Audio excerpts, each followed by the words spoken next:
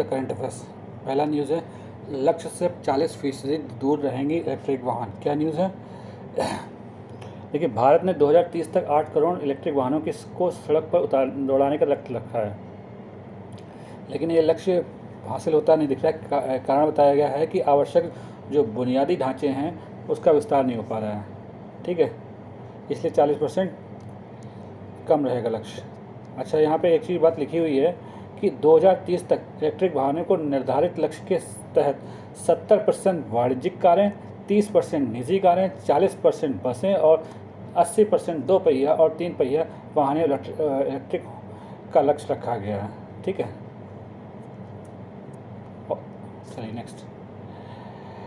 देखिए, एक रिपोर्ट आई है, ठीक है, मिट्टी से संबंधित। संयुक्त राष्ट्र द्वारा जारी global assessment of soil pollution summary for policy makers, ये रिपोर्ट याद रखिए किसने जारी की? संयुक्त राष्ट्र द्वारा। ठीक है, इसमें बताया गया मिट्टी की गुणवत्ता को लेकर थोड़ी चिंता जाहिर की गई है।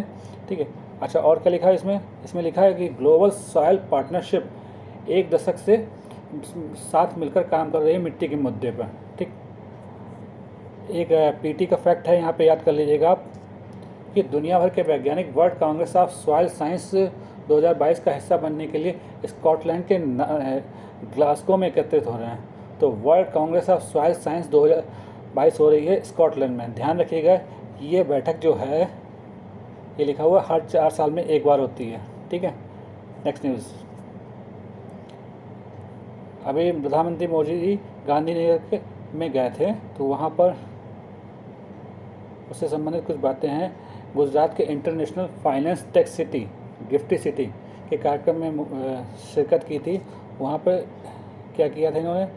गिफ्टी सिटी के जरिए भारत अंतर्राष्ट्रीय वित्तीय सेवा क्षेत्र में अपनी जगह मजबूत कर रहा है। अच्छा, इसी साथ प्रधानमंत्री ने इससे पहले अंतर्राष्ट्रीय वित्तीय सेवा केंद्र प्राधिकरण की आधारशिला रखी और इंडिया इंटरनेशनल बुलियन एक्सचेंज का उद्घाटन किया। नेक्स्ट न्यूज़ है आपकी, हाँ, राष्ट्रमंडल खेल चल रहे हैं, इसलिए उससे न्यूज़ लगातार आती रहेगी। ध्यान रखिएगा, अभी तक 9 देश राष्ट्रमंडल खेलों की मेज़बानी कर चुके हैं और सबसे ज़्यादा आपके ऑस्ट्रेलिया है। अच्छा, भारत एक बार कर चुका है 2010 में। ठीक है, इंग्लैंड जो है, जो इस समय कर रहा है मेज़बानी, वो तीसरी बार कर रहा है राष्ट्रमंडल खेलों की मेज़बानी। ठीक है, नेक्स्ट।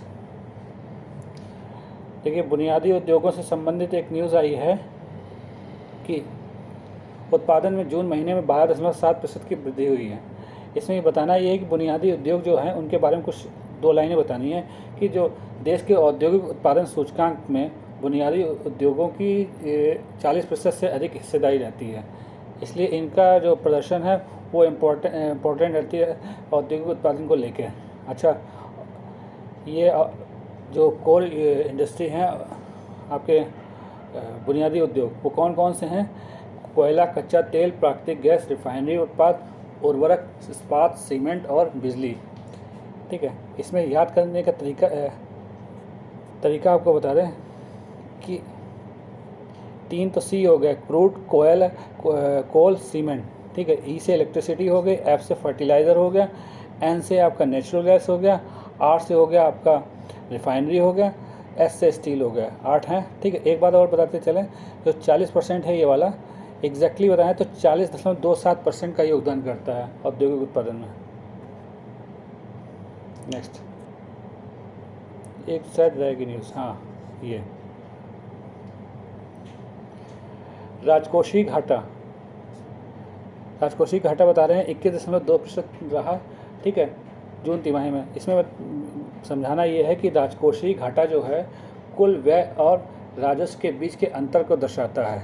इससे पता चलता है कि सरकार को कितनी उधार लेने की ज़रूरत है। राजकोषीय घाटा सरकार के लिए बहुत इम्पोर्टेंट रहता है, इसलिए ये शब्द जहाँ भी है आप इसको अच्छे से पढ़िए। नेक्स्ट, एक टाइगर रिजर्व हमारे यहाँ खुलने वाला है। ये चित्रकूट के रानीपुर में होगा। ये यूपी का चौथा टाइगर रिजर्व होगा, इसको याद कर लीजिएगा, पीटी के लिए है। अच्छा, ये बड़ी इम्पोर्टेंट न्यूज़ आई है। मानवाधिकार घोषित किया गया है स्वच्छ और स्वस्थ पर्यावरण। क्या है? स्वच्छ स्वस्थ टिकाऊ पर्यावरण को अधिकार के रूप में मान्यता दी गई है। किसने मान्यता दी है? संयुक्त राष्ट्र महासभा ने। 161 देशों ने वोट डाले हैं इसमें, भारत ने भी पक्ष में मत डाले हैं। अच्छा, ध्यान देने की बात है कि 1972 में पहली बार पर्यावरण मुद्दे पर स्टॉकहोम में चर्चा हुई थी। ठीक है, इसको याद रखिएगा। भारत ने कहते पक्ष में तो ज़रूर दिए हैं, लेकिन कुछ आपत्तियां भी जारी की है कि इसका आधिकारिक रिकॉर्ड नहीं है में किया जाना शामिल है। दूसरा, ये जो ये प्रस्ताव आया है मानवाधिकार वाला, उस संकल्प बाध्यकारी नहीं है। तीसरा, कोई इसकी स्पष्ट परिभाषा नहीं है, हर देश की अलग अलग परिभाषा है। ठीक है, ध्यान रखिएगा इसको। नेक्स्ट, धन्यवाद।